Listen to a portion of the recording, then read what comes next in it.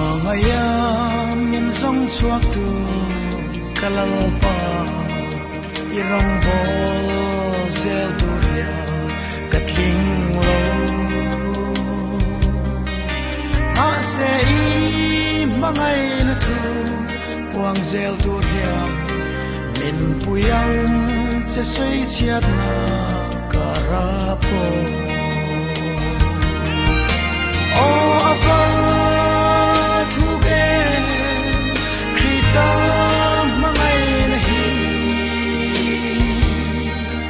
ei mi sual ta na thafam ilo chan hi ro seng lo kadam chung song tan na thi sem lo chua mi kim dam na aro pui in no fa hu e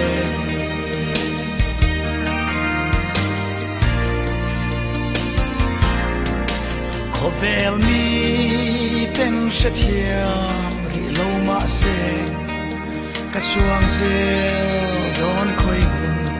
boni se lei moi na te chu lo vu chin ma se lang malam pan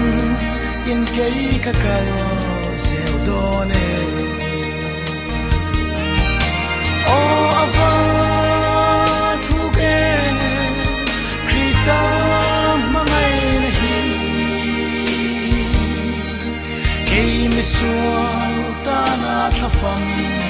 ilo chan hi seng lo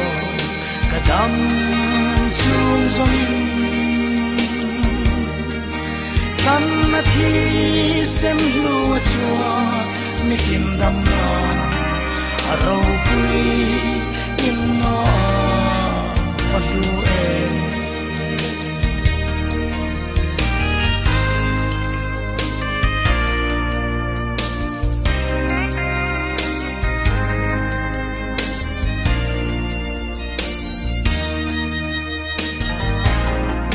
Cross kong zo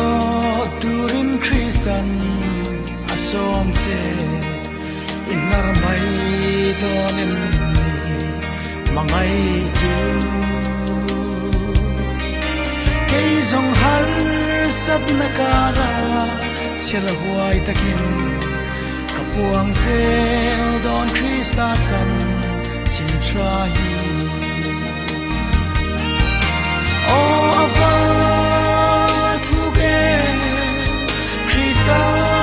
mangai na hi kei mi sual ta na thafam ilo chan hi karu seng lo kadam chung song tan na thi sem lu chua mi kim dam na aro pui in no